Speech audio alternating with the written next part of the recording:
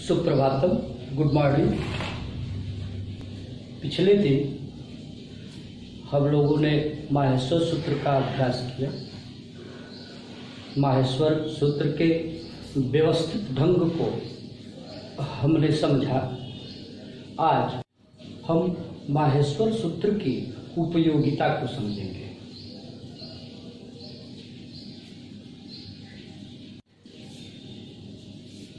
माहेश्वर सूत्र प्रत्याहार बनाना। माहेश्वर सूत्र के आधार पर हम प्रत्याहार बनाना सीखते हैं। प्रत्याहार क्या है?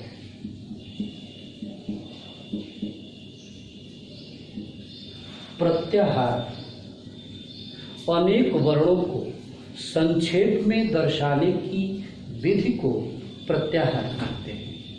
अर्थात जब बहुत सारे वर्णों को, अक्षरों को हम शॉर्ट फॉर्म में दर्शाते हैं तो उस विधि को ही हम प्रत्याहार कहते हैं। प्रत्याहार बनाने के लिए माहेश्वर सूत्र के बिना हलंत वाले और हलंत वाले वर्ण को आपस में जोड़ा जाता है। जैसे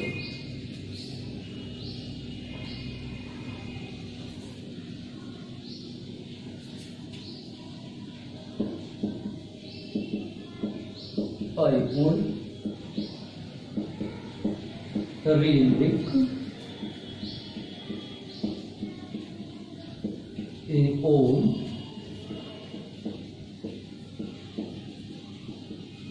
औच,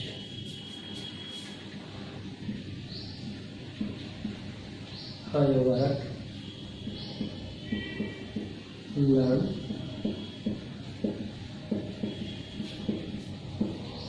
यम, गणनम,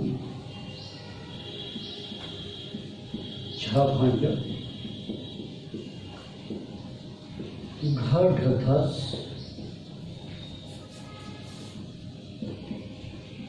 जब, गट, दश, खप, छठ, थ, च, त, कफन,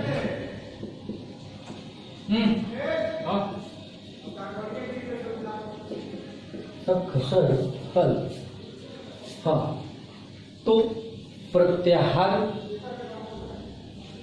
किसे कहते हैं फिर से सुन लेते हैं।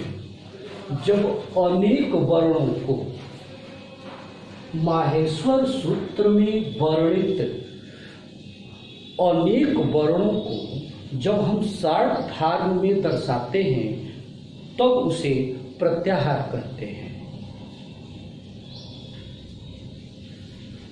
प्रत्याहार बनाने के लिए सूत्र के बिना हलंत वाले और हलंत वाले वर्ण को आपस में मिलाते हैं।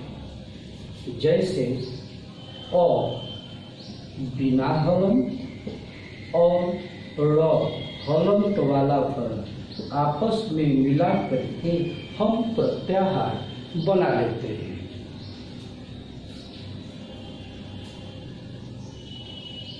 अ हलंत वाला वर्ण च, अच, य हलंत वाला वर्ण ड़। इस प्रकार हम प्रत्याहारों का निर्माण करते हैं।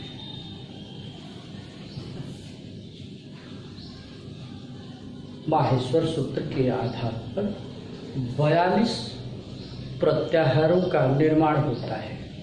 इस प्रकार यह कहा जा सकता है कि प्रत्याहारों की संख्या 42 होती है।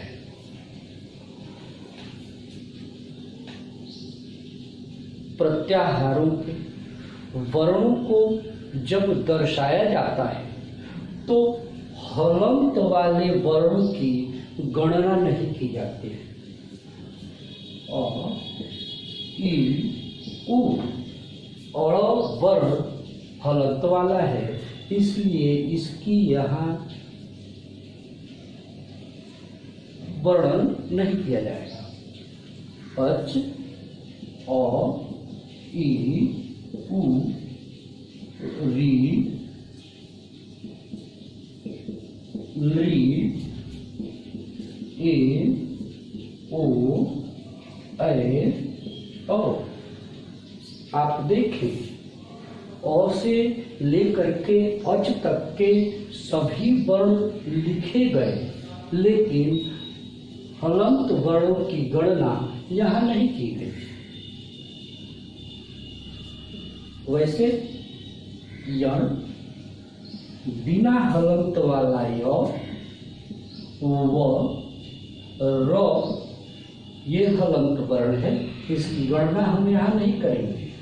फिर ल हलंत वर्णों की गणना नहीं करेंगे। जो भी व्यंजन वर्ण हैं उनमें हम हलंत लगा देते हैं, क्योंकि सभी व्यंजन वर्ण अपनी जगह पर आधे होते हैं। इसलिए व्यंजन वर्णों को आधा ही दर्शाया जाता है। आधा दर्शाने के लिए व्यंजन वर्णों में हलंत लगाया जाता है। हलंत इस प्रकार लगाया जाता है वर्णों में। हलंत लगा देने से वर्ण आधे पढ़े जाते हैं या आधा समझा जाता है। इस तरह हम प्रत्याहार बनाने की विधि सीख लेते हैं। आप अपनी बुक से माहेश्वर सूत्र कंठस्थ कीजिए और 42 प्रत्याहार को बनाने का अभ्यास कीजिए और उनके अंतर्गत आने वाले वर्णों को लिखिए। अब प्रत्याहार सीख लेने के बाद हम संधि का ज्ञान प्राप्त करते हैं। इसका अभ्यास करना अति आवश्यक है।